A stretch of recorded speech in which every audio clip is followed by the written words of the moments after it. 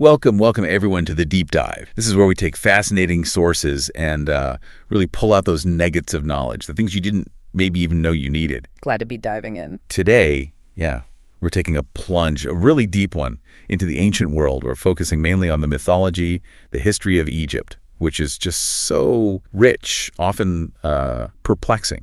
And we'll bring in some compelling comparisons from Norse culture, too. It's such a foundational time, isn't it? I mean, these ancient civilizations, they really gave us the first blueprints for, organized human societies. Right. Developing writing, complex social structures, and crafting these incredible stories that honestly still resonate today. Absolutely. And our mission kind of for this deep dive is to get beyond just the gods and monsters, the fantastical stuff. Yeah, peel back the layers. Exactly. We want to explore how these myths might actually connect to, say, real historical events or big environmental factors like climate change. And maybe even human psychology, right?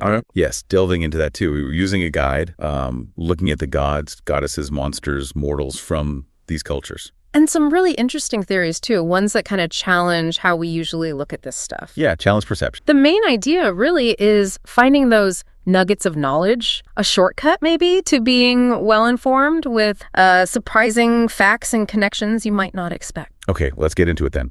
So the roots of civilization, we often talk about Egypt and Sumer, twin foundations, right, in the Fertile Crescent. Yeah, they gave us our earliest forms of organized society and, crucially, writing. Hieroglyphics in Egypt, cuneiform in Sumer. And there's still debate about which came first. Yeah. Oh, absolutely, a lively debate. But what's really fascinating, and maybe overlooked sometimes, is the role climate change played. It was crucial in actually enabling these civilizations. Oh, so enabling them. Well, we're in an interglacial period now, the Holocene, our current warmer phase. Around 10,000 BC, the planet warmed up rapidly. And that brought warmth, obviously, but also more rain and increased CO2 in the atmosphere. The magic ingredients. Pretty much. Those three things made large-scale agriculture possible. Without them, growing enough food for large populations, almost impossible. Right. So you mentioned enabling civilization. What did that look like on the ground? Were people just waiting around for better weather? Not quite waiting, but it was profound. In the early Holocene, there was this period called the Holocene Optimum. Lasted about 3,000 years. Okay. And it was actually warmer than it is today. During that time, monsoons were so strong, the Sahara was like grassland. Wow, a green Sahara. Hard to picture. Isn't it? But then, around 6,000 years ago, things started cooling down again. The Sahara dried out, harsh desert. Ah, okay. And that shift, that drying, it literally pushed nomadic peoples towards reliable water source, like the Nile Valley. So they migrated to the Nile. Exactly. Mass migration driven by survival. This influx meant population growth, people concentrating in one area, and that directly spurred the rise of organized civilization there. That is a powerful link. Climate driving the birth of civilization. And it really underscores something you mentioned, this idea of approaching ancient history and myth with, science and humility. Yes, that's so important because honestly, so much about the past is just unknown. We haven't found everything.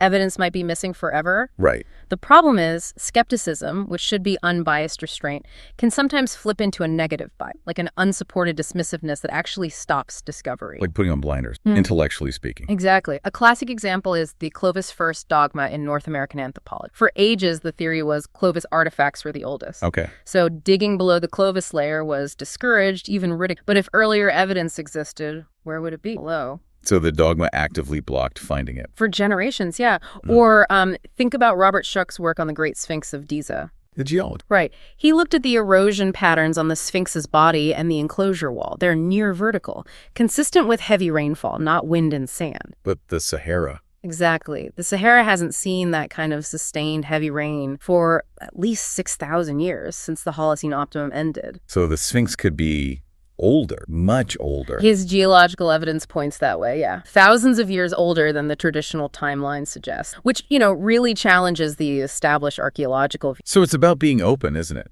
Yeah. Even if new evidence clashes with what we thought we knew, that's quite radical. It has to be. Put the evidence first, then brainstorm. Think creative. Dogma comes a very distant third. That's how you get real discovery, not just confirmation bias. And that scientific humility, that openness, it leads to this really exciting idea that maybe mythology itself has possible roots, in fact. Yeah. This is where it gets really interesting for me. Oh, me too. Rod Martin Jr. puts forward this idea that maybe these incredible mythical details are like a a primitive vocabulary. No. Meaning early humans trying to describe things, maybe advanced concepts, maybe technologies that they just didn't have the words for. Can you give an example? What might that look like? Okay, imagine someone who's never seen, say, a jet plane. How would they describe it? Maybe a screaming bird with wings on fire. Okay, I see. Or an 18-wheeler truck. Maybe a roaring beast with bright eyes and too many fast-moving legs.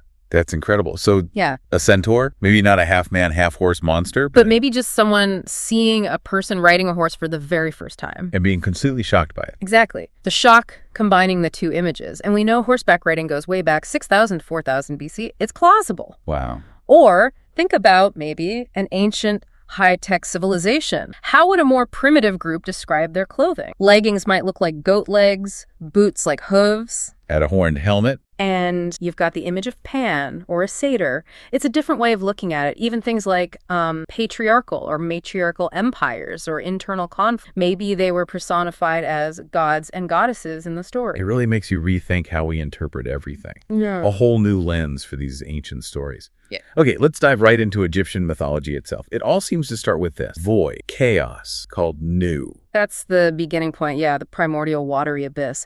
But from there, the actual creation stories differ a bit depending on which ancient city we're talking about. Okay, like where?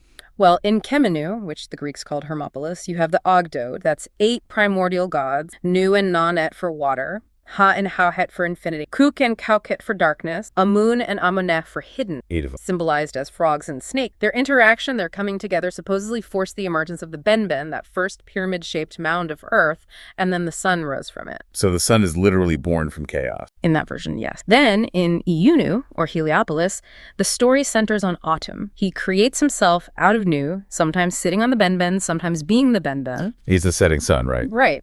And he creates Shu, god of air, and Tefnut, goddess of moisture. The method varies. Sometimes masturbation, sometimes sneezing. Very physical ways of creation for a god. Ah, yeah. Primal. Then you get what's called the first tragedy. Shu and Tefnut wander off and get lost in the waters of Nu. Autumn is distraught. Joke. He sends his eye out to find them. This eye becomes the goddess, the powerful eye of Ra, often represented by figures like Bastet or Sekhmet. Ah, the Eye of Ra. When the eye returns with Shu and Tefnut, Autumn is so overjoyed, so relieved he weeps, and each tear that hits the earth becomes... Wow. So humanity is born from divine tears of relief. That's quite beautiful and sad.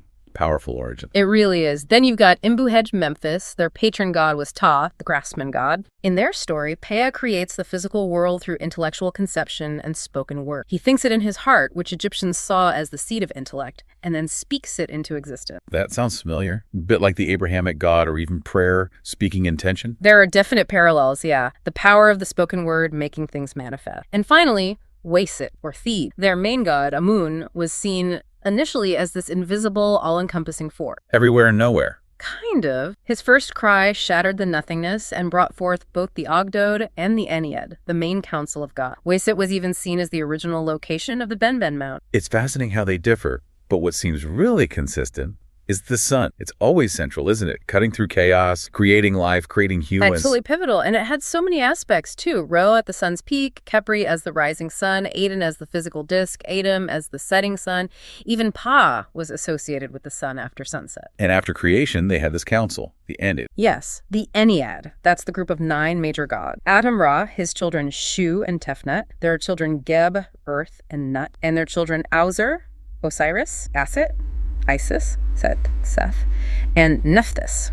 They dealt with physical existence with maintaining order. As opposed to the Ogdoad, who were more about the chaos before creation. Exactly. Ogdoad was chaos, Ennead was order and the created world. So what about the relationship between these gods and humans? You mentioned Adam's tears, but it sounds like humans caused some problems later on. Oh, they certainly did. Ra apparently foresaw that humans would get restless. They lived in jet, state of perpetual sameness. Sounds boring. Perhaps. Yeah. So Ra created Neha existence with cycles like day and night, seasons, months, variety. But even then, humans grew dissatisfied, started plotting against Ra. Ungrateful lot. Seems so. Because of their selfishness, Ra made a big change. He had Shu and other gods lift Nut, the sky goddess, way up, far from Earth. So the gods ruled from a distance. Yes, separating the divine realm from the human one, partly to protect the gods from human plotting. But he didn't just abandon humanity, right? He appointed rulers. No, he still provided structure. He appointed Osiris and his wife Aset Isis to rule over Kemet, the land of Egypt. With instructions, I bet. Oh yes, stern advice from Ra to Ausur. Maintain a rigid social order. Any deviation, Ra warned, would invite chaos back. Okay, now let's talk monsters. When you think mythology, you often think monsters. Right. Greece, Norse, and Yeah. had plenty. But Egypt. fewer true monsters. That's generally true. The primary embodiment of cosmic evil and chaos was the monster, Apep. Apep or Apophis, the giant serpent. Exactly, the serpent of chaos, darkness, storms. And what's really interesting is this might not have been pure fantasy. Oh. There's evidence from the Fayum region of a real-world giant serpent, enormous in size.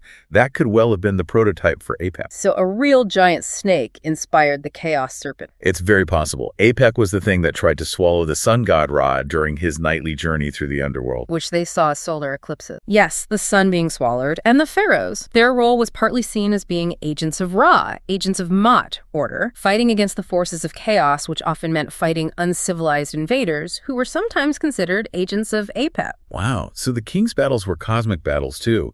What about other scary figures? Was Emhe a monster?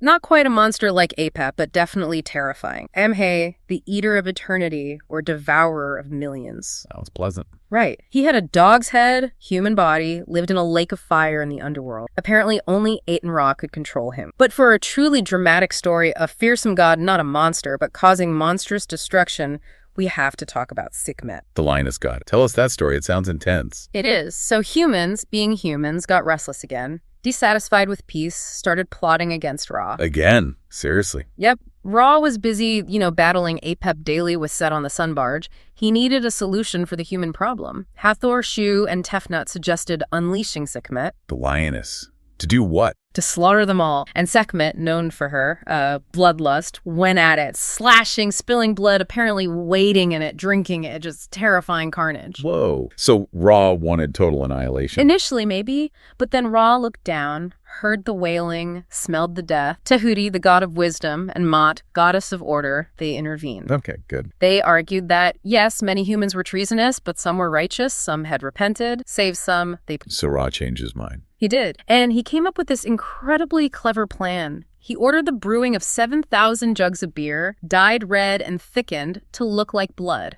Beer disguised as blood. Exactly. They poured it all over the land where Sekhmet was rampaging. She saw it, thought it was blood, and drank it all. Let me guess. She got drunk. Completely passed out, sleepy. The slaughter stopped. When she woke up, Ra commanded her to embody humility now, not just rage. That's quite a story. A divine hangover saving humanity. It feels like a parable about unchecked power, maybe. Or wisdom tempering fury. Definitely. And perhaps even a mythological explanation for plagues or disasters that suddenly stop. Divine intervention, divine mercy. Okay, and then there's Seth. Seth, god of, a lot of negative things. Desert, storms, war, evil, chaos. But he wasn't always the bad guy. No, not at all initially. He was part of the Ennead, a respected god. He had a really crucial job, fighting Apep on the prow of Ra's sun barge every single night, protecting the sun god. That sounds important. Heroic even. So what happened? Well, the story suggests the monotony, the sameness of this duty got to him. He started craving excitement, conflict. He grew jealous of his brother Ausur's rule over the fertile land of Kemet. Jealousy and boredom. Yeah. A dangerous mix. And there's even a hint that his constant battle with Apep might have painted him somehow. Like Apep's chaotic intent rubbed off on him. It's a tragic fall. So he started looking for trouble. One day, while he was supposed to be on guard duty on the barge, he got distracted watching the humans below, seeing Ausur and Aset ruling.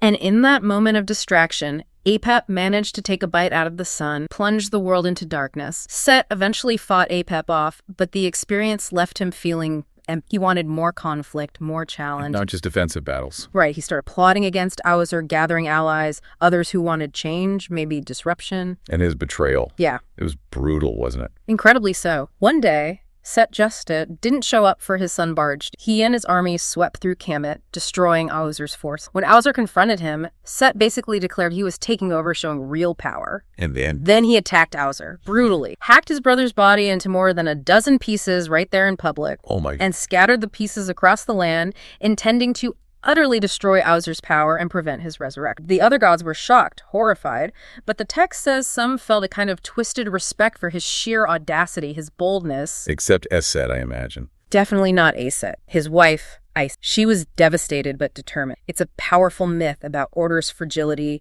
envy's destruction, even within the divine family. Okay, shifting from the gods, let's talk about the mortals who really shaped history. It makes me think of Shelley's poem, Ozymandias, even the greatest power eventually fades. A perfect reference. Sic transit glory mundi. But some mortals left legacies that, while not eternal, were incredibly enduring, like Imhotep. The 27th century BC polymath. Exactly. Right-hand man to King Djoser of the Third Dynasty. Actually, not the first. His titles are just astounding. Chancellor, doctor, high priest, chief builder, carpenter, sculptor, vase maker, poet, philosopher. Wow, a true Renaissance man millennia before the Renaissance. Absolutely. Comparable to Da Vinci or Galileo, he's credited with designing the step pyramid at Saqqara, the first pyramid ever built. The blueprint for all the others. Pretty much. And centuries later, the Greeks and Romans actually elevated him to god status, a god of medicine. His medical writings were apparently still used in the Roman Empire. That's incredible longevity. Hearing about someone like Imhotep, it makes you wonder if our modern hyper-specialization, if we're maybe losing something valuable by not having more polymaths like him. That is a really interesting thought. There's that great story about him being the master planner. He had a dream, foreseeing 7 years of famine after 7 years of plenty. The biblical story echoes that. It does. And Imhotep's solution was simple, brilliant. Store the surplus grain during the good years, ration it during the bad. King Djoser adopted the plan, made Imhotep second in command. Practical genius. It really challenges our modern silos, doesn't it? The most effective leaders back then often blended science, spirituality, engineering. This holistic approach we rarely see today. He had humility and imagination. Okay, then jumping forward quite a bit. Akhenaten, the king who upended tradition. He sounds like a real disruptor. Oh, massively so. He started as Amenhotep IV, wasn't expected to be king. But when he took the throne, around his 5th year, he did something radical. Changed his name to Akhenaten, effective for Ite. Rejecting his birth name, Amenhotep, which meant Amun is satisfied. Exactly. A direct rejection of Amun, the main national god, in favor of At, who had been a relatively minor aspect of the sun, the physical disk. It must have caused uproar. Huge religious upheaval. He basically tried to impose a kind of monotheism, or at least henotheism, focusing worship solely on Aten. He even abandoned the traditional capital, Thebes, and built a whole new city from scratch out in the desert. Akhetaten. Amarna. That's the one. Built it purely for Aten. And this caused problems for the empire, didn't it? All this focus inwards. It seems so. During his reign, Egypt lost control over important territories in the north, particularly to the rising Hittite Empire. Many people, especially the powerful priests of Amun he'd sidelined, saw this as divine punishment for his, sins of chaos. He had famous wives like Nefertiti, right? And daughters. Yes, Nefertiti was his great royal wife. They had 6 daughters. But after his 17-year reign, things get murky. He, Nefertiti, his immediate successors like Smenkhkare and possibly Neferraten, they were effectively erased from history later on. Erased? How? By later pharaohs like Horemheb. Statues smashed, names carved out of inscriptions. A deliberate attempt to forget this whole disruptive period. It makes piecing together that history really difficult. Wow. A powerful reminder of how history can be rewritten by the winners. So after all that chaos, how was order restored? This brings us to King Tut, doesn't it? It does, Tutankhamun. He came to the throne as a boy, maybe only 9 years old, originally named Tutankhat. Living image of Elitan following his father. Right. But the old guard, the priests of Amun, they still held a lot of power behind this. They immediately started pressuring the young king to abandon his father's revolution and return to the old way. A 9-year-old king under that pressure. Imagine, there are hints of tension. Apparently, in council meeting, young Tut even directly asked about the fate of his stepmother, Neferroten, suspecting foul play, perhaps poison. Bold for a kid. But the Grand Vizier, who held real power, was very shrewd. He acknowledged the king's authority, but strongly advised a return to Mat, ordered to stabilize the kingdom after the Amarna upheaval. And part of that was changing his name. Yes. The crucial step. Change from Tutankhaten to Tutankhamun, living image of Amun, signal the restoration, and move the capital back from Akhetanen to Thebes, the traditional center. And Akhetanen was just abandoned. Yes, left to crumble in the desert. Later, Horemheb, who eventually became pharaoh himself, made sure Akhenaten's monuments were dismantled, trying to erase that chapter completely. Horemheb then appointed his own successor, Ramesses I, who was the grandfather of Ramesses the Great. It shows how quickly things can snap back, doesn't it? Even after a radical change. Especially when powerful institutions feel threatened. The regeneration was swift and decisive. Which leads us neatly to Ramesses the Great. Ramesses II, the pharaoh behind Shelley's Ozymandias, he had a long, impactful reign. Very long, about 66 years, from 1279 to 1213 BC. His father, Seti I, had already started trying to win back territories lost under Akhenaten. Ramesses II continued that with gusto. What were some of his big achievements early on? Well, he dealt decisively with the Shurdan sea pirates who were raiding the coast, clever tactic.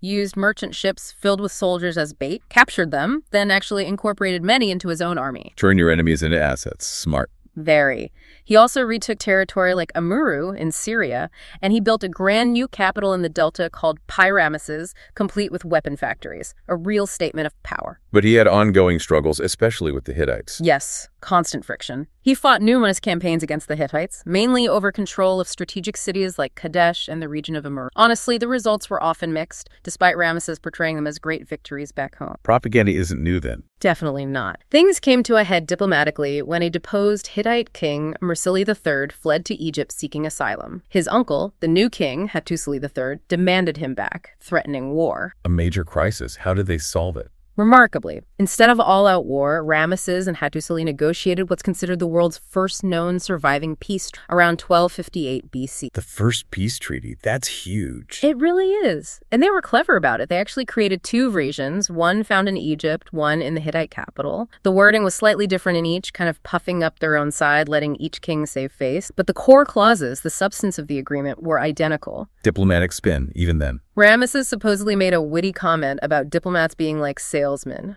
but it worked. It brought stability for decades. It's a great nugget showing that even mighty warrior kings eventually see the value of diplomacy over endless war. And finally, in our Egyptian journey, Cleopatra, the end of an epoch. Truly the end of an era. After Alexander the Great conquered Egypt in 332 BC, it was ruled by a Greek dynasty, the Ptolemies. Cleopatra VII was the last of that line, the last independent pharaoh, really. After her death, Egypt became just another province, first Rome, then successive empires. She's such a famous figure. What was her story? She came to the throne young, got involved in power struggles with her brother. Famously, she got herself smuggled into Alexandria, hidden in a carpet to meet Julius Caesar when he arrived. The carpet story. Is that true? Probably embellished, but it captures her boldness. She charmed Caesar, they had a political and personal alliance, and a son, Caesarion. She even lived in Rome with him for a while. Until Caesar was assassinated. Right. Then she allied herself with another powerful Roman, Mark Antony. They also had children together, 3 of them. It was another powerful alliance controlling the Eastern Roman territories. But that alliance put her in direct conflict with Octavian, Caesar's heir in Rome. Exactly. Octavian, who would become Emperor Augustus, he skillfully turned Roman opinion against Antony and this foreign queen, especially when they declared Caesarion, Cleopatra's son, with Julius Caesar, as Caesar's true heir that was a direct threat to Octavian's legitimate. Politics and propaganda again. Big time. The final act is chilling. After Octavian defeated Antony and Cleopatra at the Battle of Actium, his advisor, Claudius, apparently coached him on how to manage their deaths. Manage their deaths. Yeah. How to make sure they died, but frame it as suicide for the history books for Roman public opinion. Make Antony look like he fell on his sword in disgrace, and Cleopatra choosing the noble asp bite, even though it's described as an excruciating way to die. Rather than being paraded through Roman chains. Precisely. Her death in 30 BC marked the absolute end of pharaonic Egypt, the end of its independence, and the beginning of Roman rule. It's a stark lesson in how political narratives are constructed, how the story of a death can be as important as the death itself. These Egyptian stories are just incredible. Gods, mortals, power, chaos. But let's widen the lens for a moment. Look for common thread. Let's touch on Norse mythology, because you see similar patterns, right? Universal human experiences. You absolutely do. Just like in Egypt, Norse myths seem connected to real events, real environmental pressures. Take the Viking. Known for their raids, starting around the 790s. Right. But why then? Well, that period coincided with a phase of dangerous iciness, possibly the coldest stretch in 7,000 years in them. So harsh conditions pushed them outward, made them tough. It likely contributed significantly. Survival demanded strength, cunning, seeking resources elsewhere. Contrast that with the medieval warm period a few centuries later. During that time, Vikings could actually farm successfully in Greenland. Which is impossible today. Completely impossible today. It dramatically shows how climate swings can shape culture, drive expansion or contraction. Climate is a driver again. What about interpreting their gods? Similar ideas pop up. The Icelandic writer Snorri Sturluson back in the 13th century, proposed a theory called euhemerism. He suggested the Norse gods Odin, Thor, etc. might have originally been real human heroes, great kings, warriors from the past. Whose stories get bigger over time. Exactly. Venerated mortal men whose legends grew until they became gods in the telling. It suggests a common human impulse to mythologize great figures from the past. And the theme of order versus chaos. Very prominent in Norse culture, too. Think about their blood feuds. That was a form of ordered chaos in a way. Cycles of vengeance. But eventually this led to a need for a more structured system. The All Thing. Yes, the All Thing, established around AD 930 at Thingvellir in Iceland, one of the world's oldest parliaments. An open-air assembly where free men gathered to make laws, settle disputes. Crucially, offering Wurgild blood money as a way to end feuds instead of just more violence. A step towards order. Imposing rules on chaos, and the influence of these Norse stories lasted, didn't it? Oh, definitely. The Icelandic sagas, like Eagle Saga, often attributed to Snorri Sturluson, detailed this rugged survival, these conflicts. They had a huge influence. Jules Verne's Journey to the Center of the Earth, directly inspired by an Icelandic saga. No kidding. Yep. And Edgar Rice Burroughs' Pellucidar stories drew inspiration from Verne. So these ancient narratives, whether they're from Egypt or Iceland, they echo down the century. They offer so much more than just, fun monster stories. So bringing it all together then, what's the big takeaway for us trying to understand this vast sweep of history and myth? I think it's that if you approach these ancient narratives with critical thinking, but also an open mind, that science and humility idea, you can find really profound insights. Insight into what? Into human nature itself, into power dynamics, which clearly haven't changed that much, into that constant struggle to create order out of chaos, and crucially into the environmental forces that shaped our ancestors' lives in ways we're only beginning to fully appreciate. And how the stories themselves were told. Yeah. Or maybe manipulated. That tells us a lot, too. It reveals what mattered to people back then, their fears, their strategies, how they made sense of their world, how they justified power. It really does make you think about how much of what we call history is interpretation, shaped by who held the power to tell the story. Exactly. So here's a final thought to leave you with. What other monsters or gods in ancient myths might just be distorted memories? Maybe memories of real people or technologies they couldn't fathom, or even huge environmental disasters, floods, droughts, volcanic eruptions that they lacked the words to describe accurately. Wow. And if that's possible, what does it mean for how we understand our own history? And maybe more importantly, how does it make us think about the narratives we create today? Powerful questions indeed. Something for all of you to mull over. Thank you so much for joining us on this deep dive into the often hidden depths of history and myth. A pleasure, as always. We'll catch you on the next one.